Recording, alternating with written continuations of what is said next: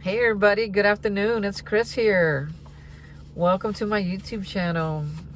For those of you who are new to my channel or who have not tuned in a while, what we are doing is we're reading out of the Daily Reflections. This is a recovery. This is a recovery video, or this is a video about recovery. I am in recovery from alcoholism. So one of the things that we use for meeting topics, or that I use daily, is the daily reflection. Something to reflect on throughout my day. Something that's gets my mind off of taking that first drink, or wanting to do drugs, or wanting to do behave in a way that I don't want to behave in no more. Right? Maybe you're in recovery for something else besides alcohol. Maybe it's eating. Maybe it's drugs. Maybe it's acting out in other ways. Gambling or sex or love or whatever your addiction may be. If you are in one, maybe you're not in recovery at all. Maybe you just maybe you're normal. And if you're watching this, I appreciate you watching. If you're normal and watching this, and normal simply means that you can live life ups and downs without having to grab onto something outside of yourself to make you feel different. And then for certain people like me, we grab onto those things just a little too many times, right? To the point where we can't stop that behavior even when we wanted to. So for me, lack of power was my dilemma, and I had to find a power which was greater than myself, so that who could solve all my problems and restore me to sanity. So that's what I got when I finally made a decision to stop drinking, and I finally became ready and willing to do whatever it took for my recovery. And it took me doing the 12 steps and doing the 12 traditions. And here today I do the 12 the concepts of world service, because I do have like an area position, right? It's not a big deal. I mean, it is a big deal, but I don't say that to like toot my own horn or anything. I just say that because it's necessary for me to do certain things, because I've grown in AA. So it's like anywhere, first you're single, then you get married, then you got kids, so everything with everything, as life progresses, then I have to up my game per se, or learn a little bit more, read a little bit more, and do a little bit more. And that's okay, because I really enjoy it. I really enjoy being a part of this program. I enjoy carrying the message to those who are still struggling or not. And I really enjoy traveling South Texas, translating. That's what I do, is I translate conventions from English to Spanish para mis compañeros, ¿verdad? Mis compañeros de los grupos hispanos, so that when we go to these conventions, that they can get the message that I'm getting. Because I speak English, I hear everything they say, I get every little message. Well, they speak Spanish, so they don't get all the message. They just get little pieces of it. So what I do is I translate so that they can get the entire message. And that's what I do. So because I'm in that position, I read a lot about the concepts of world service. So moving on, today is June the 10th. And we're going to read out of our book. It's called, it's asking the question, impatient, ? Try levitating, period. We reacted more strongly to frustrations than normal people. That's from As Bill Sees It, page 111. Impatience with other people is one of my principal failings. Following a slow car in a no passing lane, or waiting in a restaurant for the check, drives me to distraction. Before I give God a chance to slow me down, I explode, and that's what I call being quicker than God. That repeated experience gave me an idea. I thought if I could look down on these events from God's point of view, I might better control my feelings and behavior. I tried it, and when I encountered the next slow driver, I levitated and looked down on the other car and upon myself. I saw an elderly couple driving along, happily chatting about their grandchildren. They were followed by me, bug-eyed and red of face, who had no time scheduled to meet anyway. I look so silly that I drop back into reality and slow down. Seeing things from God's angle of vision can be very relaxing. Wow. I'm going to go back here and I'm going to see when this was printed.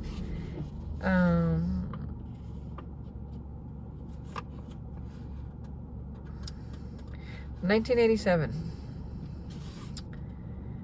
So I don't know what traffic was like in 1987, but in 2022, it's rough. There's a lot of people on the road. I think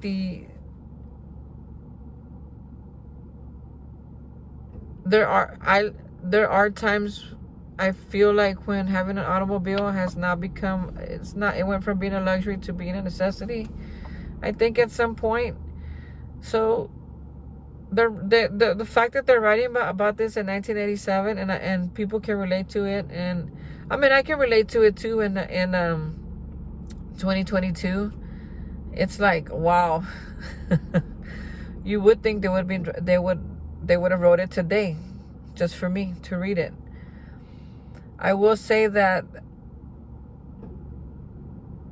reading things like this and listening to people share in meetings about this exact topic, about driving and being impatient, or losing my patience in line, or losing my patience at a restaurant, like listening to people share about that experience has helped me to not want to do it, right?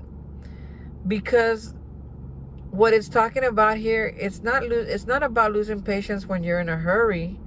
It's not about losing patience when you're in an ambulance and nobody will move and your family won't. It's not about losing patience in those moments. It's about losing patience when you have no agenda. You have like nothing to do and you're losing your patience. That's what this topic is talking about. And I remember some time ago, I used to sell ice cream and I had my own little ice cream truck, right? And I would drive it down the road. And two things happened, like, so my mom would drive, but she would drive fast, and I said, whoa, slow down. You gotta go slow, because you gotta give the kids a chance to get the money so that they could run out and stop us. You have to go slow. I would tell her, don't go fast. She would say, but we have a lot of ground to cover. And I said, we will cover it. Just please, can you drive slow? I want these kids to have an opportunity to get their money and come and buy ice cream for us. If we go real fast, they're gonna hear us, and then they're not gonna have their ice cream, and we're not gonna sell them ice cream. We're not gonna make a sale, and they're not gonna have their ice cream. So that's the kind of attitude I had at that point. But before that, I remember chatting with one of my church buddies, and I was like, hey, I finally got my ice cream truck going. And she goes, well, good. She goes, has it helped you become a better driver? And I was like, what? I really felt like saying, like, what do you mean? And the thing is, they probably seen me down the street. I cut people off. I get in the lane. I'm always in a hurry, but I ain't got nowhere to go. As a matter of fact, I leave with plenty of time to get to wherever I need to on time or before the time. Like, I live 6 miles from work, and I work at 5 a.m. There's like zero traffic, and it takes me like 7 minutes to get there, because it's 55 miles an hour down this road. So I take 55, right? I don't really need to. I could do 40 or 45, but I take 55 because it says 55. But I leave with more than enough time. I leave like 30 minutes early, and I get there like in 15 minutes early. Once I clock in like 15 minutes early. So I have I have plenty of time to get there. Yet it's easy for me to get a little impatient if there is a construction worker truck, or a street sweeper, or somebody who's getting off of work and going home at 5. If I'm getting there at 5, there's people leaving at 5, or from wherever, right? Any particular job. So that tells me that in general, I'm an impatient person if I'm acting that way, right? So it says impatient, try levitating. Try seeing it from a different angle. And I've tried that. And the truth is, I feel bad when I'm trying to, honking at somebody. It's a little old lady who wants to drive herself to church. Maybe she ain't got nobody to drive her. Maybe she just likes to drive. Maybe she's not in a hurry. So reading this book, like I said, and people sharing it with me, I have really, really, really been able to just slow myself down, slow my roll, right? I think what also helped me was for me to think of those people like my mom. Like, would I want somebody driving behind my mom, honking at her, making her drive off the road for no reason, just because somebody behind her is in a hurry. I wouldn't want nobody to treat my mom that way. So why do I treat others that way? Right? Those are the kind of defects that. So right now we're talking a lot about the step 6, right? Because we're in the 6th step. Those are the kind of things that when I get to see them from a whole different light, I get to decide, man, I don't want to be that person. I really want to work on this. What can I do? And sometimes it's prayer. Sometimes it's looking at it from a different angle. Sometimes it's enjoying the ride with them. Sometimes it's, just courtesy. Just offer them the courtesy of letting them be.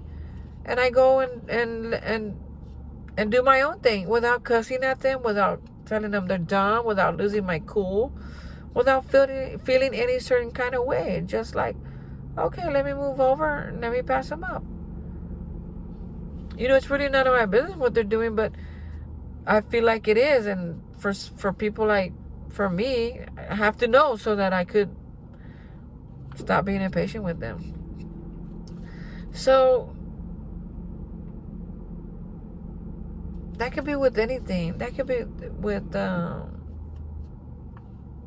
things going on in my life.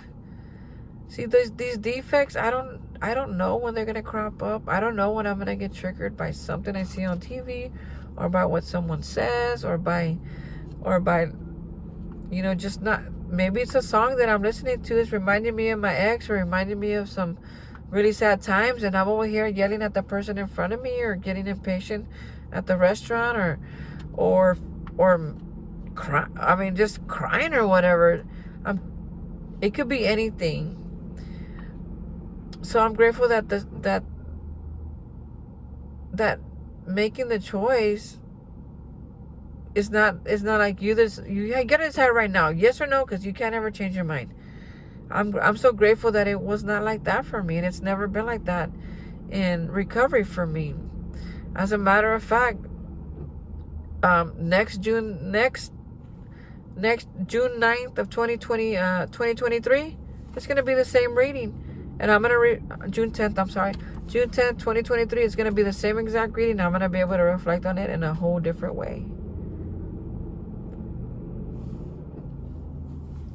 How cool is that? I'm so grateful that they don't lock these things up and say, nope, you read it all once, you can't read it again. Because I get to have a new experience every time I read them. And I get to have a new experience every time that I get triggered. I get to make a choice. Be like, hey, you still want to be like this, or you want to change? A few days ago, I think I shared with y'all how somebody had yelled at me at work, and I felt like, I seriously felt like I just wanted to grab her by the throat and take her outside. And I thought, like, man, Chris, that is still inside you. You're not even a violent. You would pick fights, but you would never really fight. I would pick fights, but I would never really fight. But this time I wasn't picking a fight. It was just, it's really strange how this happened. But what I got to see was that third, I can still be that person if I want to. part of me was like sticking up for myself, but the other part of me was like, I'm about to whoop this girl's ass, because the truth is, right now I don't like her, right? So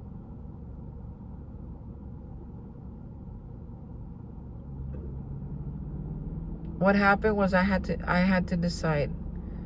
Not that in that moment I knew that it wouldn't be the right thing to do, so I kind of let her just tell me whatever she wanted to. And I did stick up for myself. I said, well, I think you're accusing me of something that I have no reason to do, and there's plenty of us to pick up my slack, pretty much is what I told her, right? And that's a nice way of putting it. But I just pretty much, I felt like, well, I'm not the only one working. I mean, like, why is all the blame or all the accusations are towards me? So, and she didn't have like really good tact to have that conversation with me. So instead of coaching me in the proper way, she yelled at me. So I said, okay, go ahead. And the next day I said, man,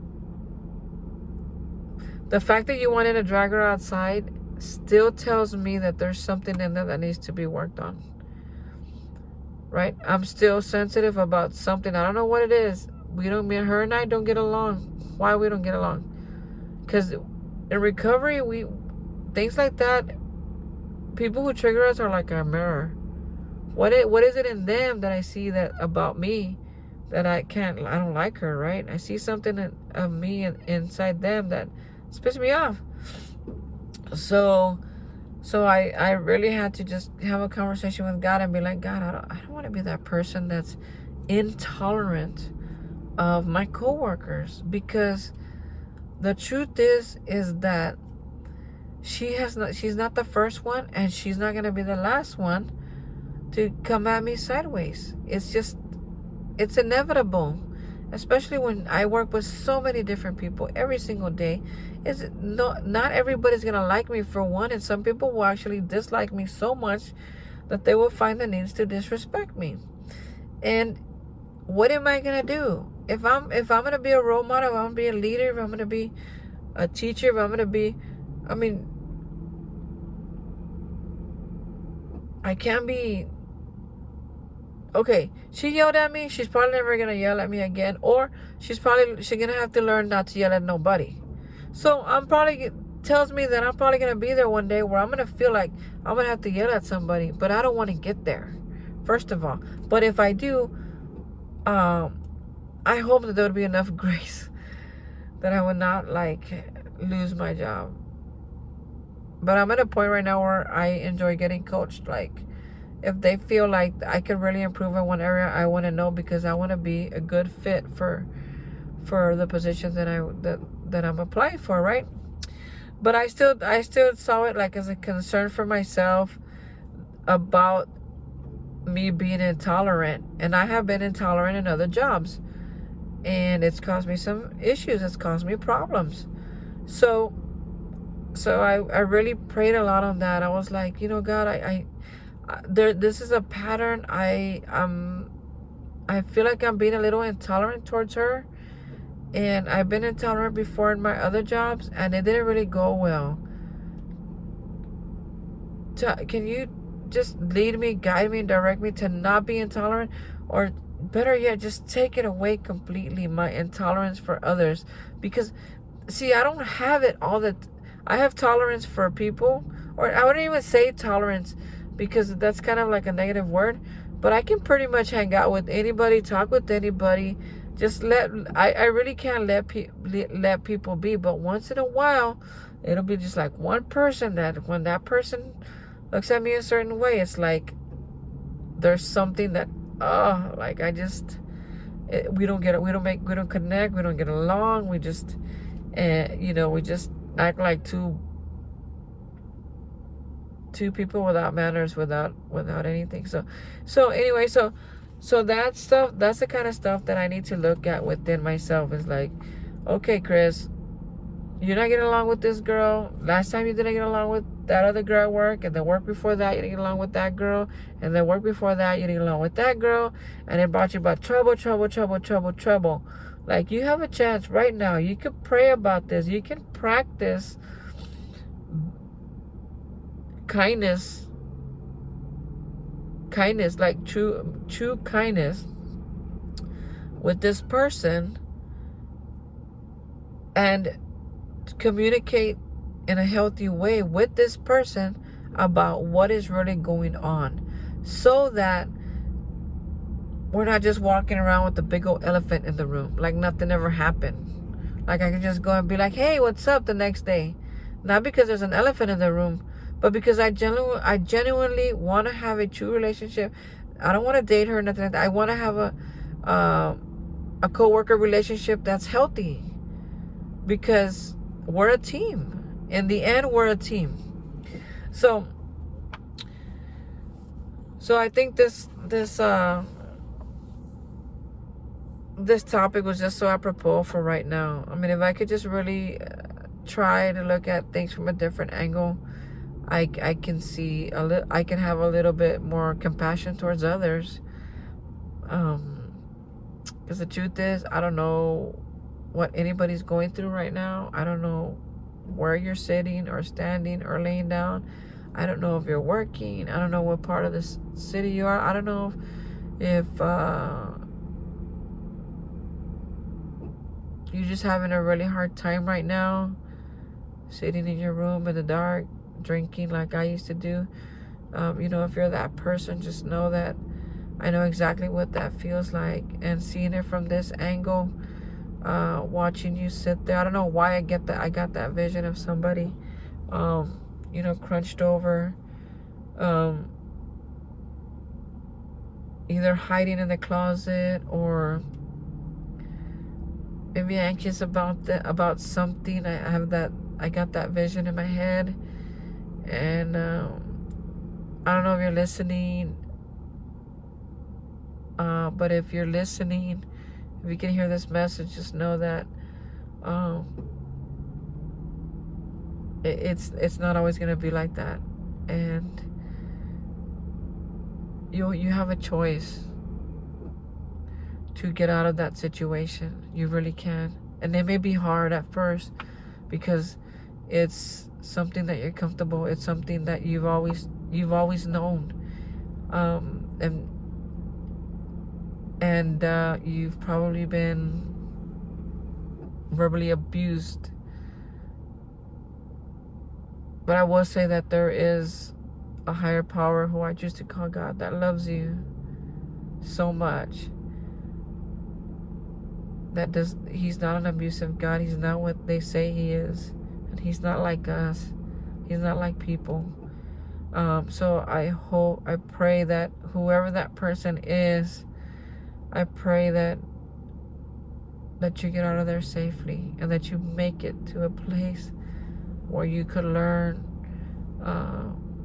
to love yourself in a whole different way, that to give you hope, to give you a future. My pastor made us memorize all these lines, and one of my favorite was Jeremiah 29:11. It says, "For I know the plans I have for you, says the Lord. Plans to give you a future and a hope, and not for destruction," or something like that. I get those last two lines, I think, twisted, but it's the same thing. It's not for destruction.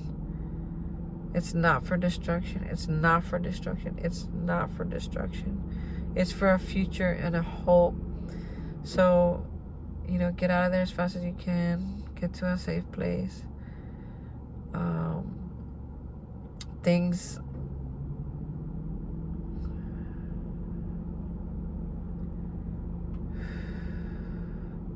There's a place for you to go. I got that too. You might be feeling like there's no place for you to go, but there is a place for you to go. Call people. Reach out. There's a place for you to go. I think that when I was going through something like that, I had a really hard time.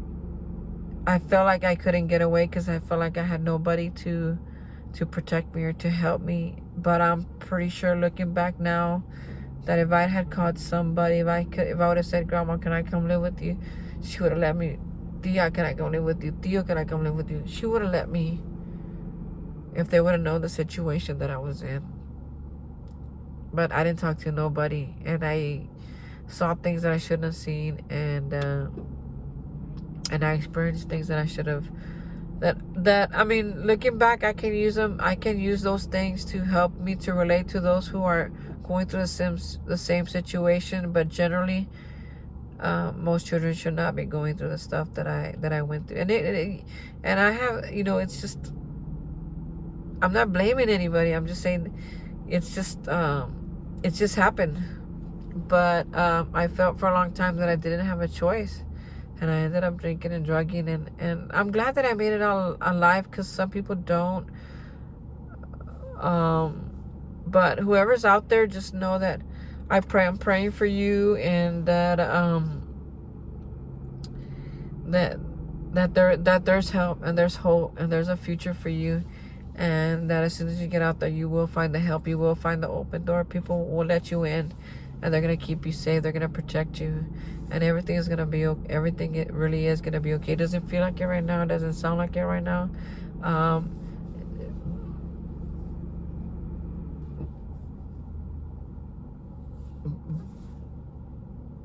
But it's there. It's there. Just don't hurt yourself. Don't hurt nobody. It's going to be okay. And I don't know why I felt like I wanted to say that. It's just such a vision. I can see it real hard in my head still, and I really don't know what to say. I'm trying to figure out what God would have me say, but all I can say is that it's gonna be okay.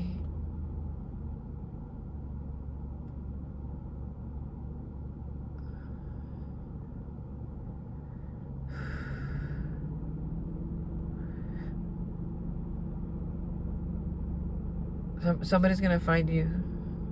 Somebody's gonna find you.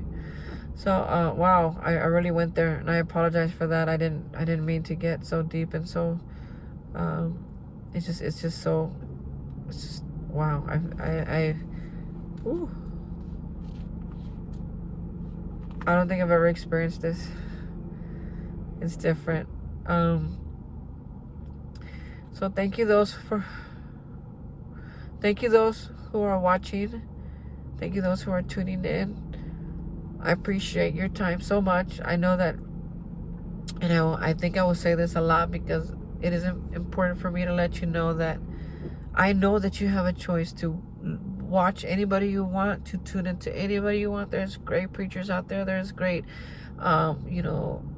people who, law of attraction. There's a lot of people out there trying to do good and trying to lead people to hope, and I'm just very grateful that you're tuning into my YouTube channel. And I want to tell you that I hope you would tune in tomorrow. If you would just make a commitment. Let me just watch 15 of these videos. Let me just watch 30 of these videos. Let me be open to some type of solution, that it will come, because there's no reason for any of us to be struggling mentally or physically or emotionally, and not everybody is. I'm speaking to those who are. I'm speaking to those who are struggling. Just know that you don't have to stay there. There's many, many great things out there for you to watch and listen to. I hope that this is one of them. But I would suggest, look around, check around, find one that fits you. I had to do that. I had to find the videos that fit, and man, I cling on to them sometimes. Why? Because they're relating to my story, and they're giving me hope, and I just can't say that enough. So I love you guys. Thank you for your time. I hope to see you here tomorrow. It's not live, it's pre-recorded. But hopefully, I hope you would tune in. 2 or 3 times at least. Thank you for your time, and I love you all, and I'll talk to you tomorrow. Bye.